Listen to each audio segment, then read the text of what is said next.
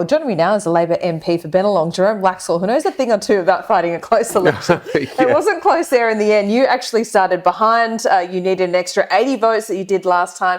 Where have you ended up? Just to allow you to gloat for just a minute. 20,340 votes ahead, which is nice, it gives a strong endorsement of the plan we took to the electorate locally and also nationally. So time to get on with the job. Yeah, it is getting on with the job.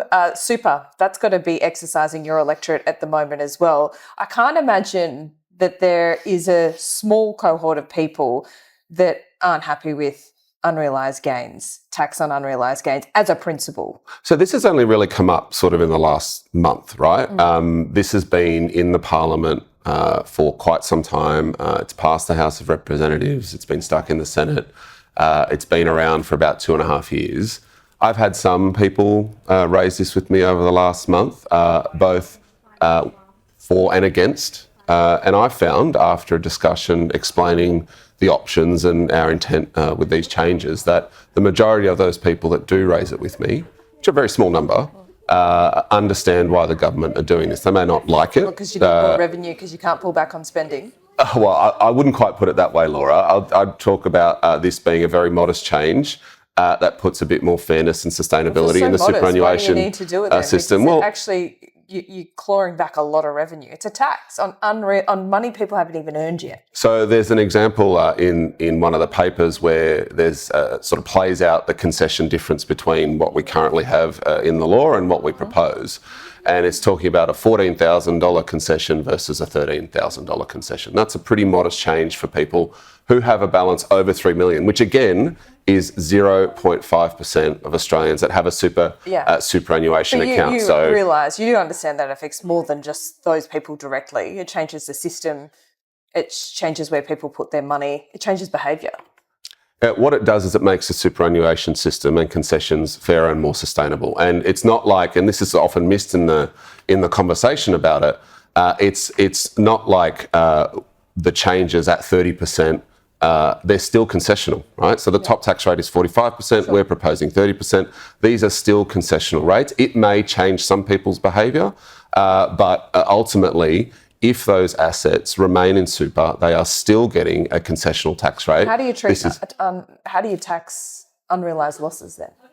What's the tax treatment of unrealised losses? Well, my understanding, and I've asked the Treasurer's office for some advice on this, is my understanding is that those unrealised losses carry through and can be used in future years.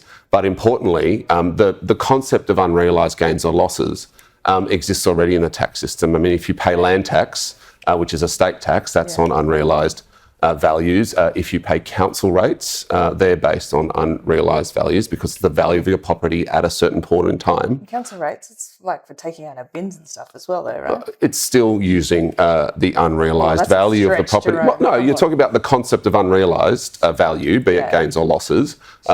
This concept exists in the tax system, and overwhelmingly, the overwhelming majority of Australians will not be impacted by this modest change. And those that are, they may choose to change their behaviour and where they put their assets. But those who continue to remain in the super system will still get a concessional tax rate, not 45%, 30%. The fact that this is so complex means you've got a problem, doesn't it?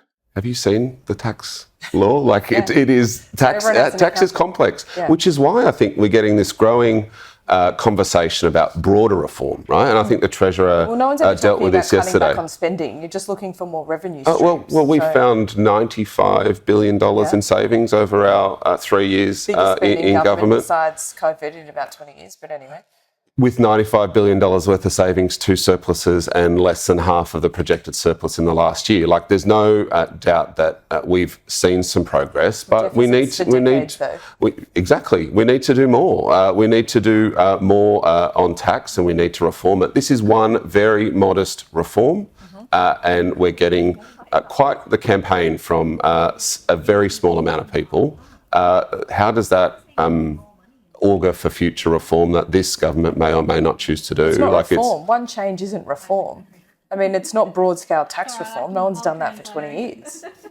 And I think there's a growing argument that we bring need back to the do Henry it. review, just dust it off. Dust you don't it even off need and have to a look. redo it, do you? Well, I mean, let's see, and let's see if we can get this modest reform through the Senate. That's not certain. You know, you've got the opposition saying they want to negotiate, then they don't. Who would you rather negotiate with, the Greens or the Coalition? That's a matter for the Treasurer to see what path we can get through the Senate. It wasn't able to be done in the last Parliament. Let's see what happens this time. All right, let me ask you about the Northwest Gas Shelf as well, because I saw that you're posting about this on social media. Of course, it is over the other side of the country. It only affects gas in WA and their export market as well. Why is this something that your electorate is exercised about? Well, I think it shows that our environmental law reform needs to be updated. Our environmental laws need to be updated. This was approved To protect and considered the environment more, or to give business more certainty? both. And you've got industry and environmental groups saying that our environmental law needs reform. These laws were written in the last millennium, 1999, by John Howard. And I mean, that example that you've chosen, the Northwest Shelf, I think that was lodged 6 years ago. You've got Narrabri, which I'm not sure if it's gone up to the federal level yet, but that was lodged 10 years ago. Yep.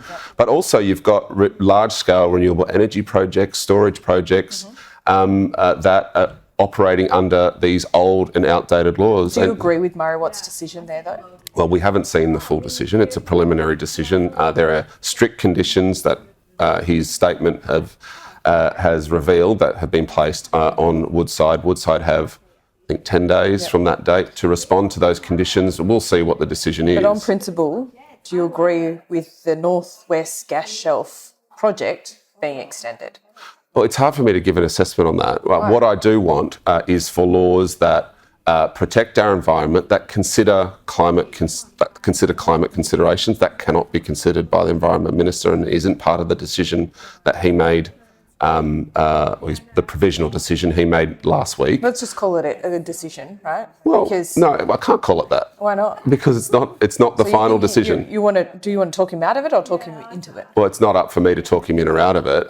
The process under the law is that Woodside has 10 days the applicant has 10 days to respond. Do you think it's a good idea to extend the life of this project? I think we need laws that consider the environment more broadly, that provide industry with certainty, but this is, we can continue to... This is under the safeguard mechanism, though. So do you accept that it doesn't affect our emissions reduction trajectory? It is under the safeguard mechanism, which is a good thing, right? So I'm just trying to work out what your problem with the project is, because it seems like you have one. My problem is I want to ensure that our emissions reduction targets are still met. Right, and I want laws to be able to consider that. That's important that happens. Yep. I want to ensure that environmental impacts more broadly are considered, and that obviously will be up for consideration. Not just rock art. Well, not just rock. The impacts on the natural environment, the impacts on emissions, the impacts on a whole heap of things. These things need to be fleshed out in law. You've got environmental groups and industry saying those laws need reform. There's a process to go through that, and I hope to be one of the voices in the caucus that works with the Minister to get the best laws through the Parliament that we can. So you want them to be more on the side of the environment, these laws, or do you want business well, I think to have we acknowledge more that more quickly? Since 1999 we need to do more to protect our biodiversity and to ensure that our emissions remain low. These are being assessed under very old laws. Those laws need a reboot. They need to be updated. Okay. Still not quite clear. I don't think you love the project. You didn't want it to see it extended. I want, like many in my electorate, I want to make sure that we meet and in some circumstances exceed our emissions reduction targets, because we have to. Net zero by 2050 is the absolute minimum we need to do. I'd love to be part of a government that gets there sooner. Okay. And you don't think the Northwest Gas Shelf helps us do that? Well, it comes under the safeguard mechanism, which is important. Mm-hmm. And I want to make sure that future assessments don't impact on our ability to meet those emissions. Okay. Clear, I think.